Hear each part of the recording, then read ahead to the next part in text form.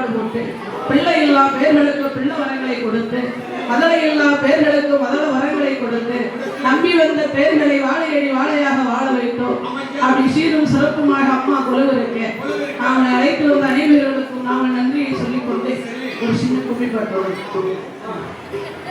கும்மிய தோழி பெண்ணே நல்ல ஆனந்த கும்மிய தோழி பெண்ணே ஆனந்த கும்மிய தோழி பெண்ணே கும்மிய தோழி பெண்ணே நல்ல ஆனந்த கும்மிய தோழி பெண்ணே ஆனந்த கும்மிய தோழி பெண்ணே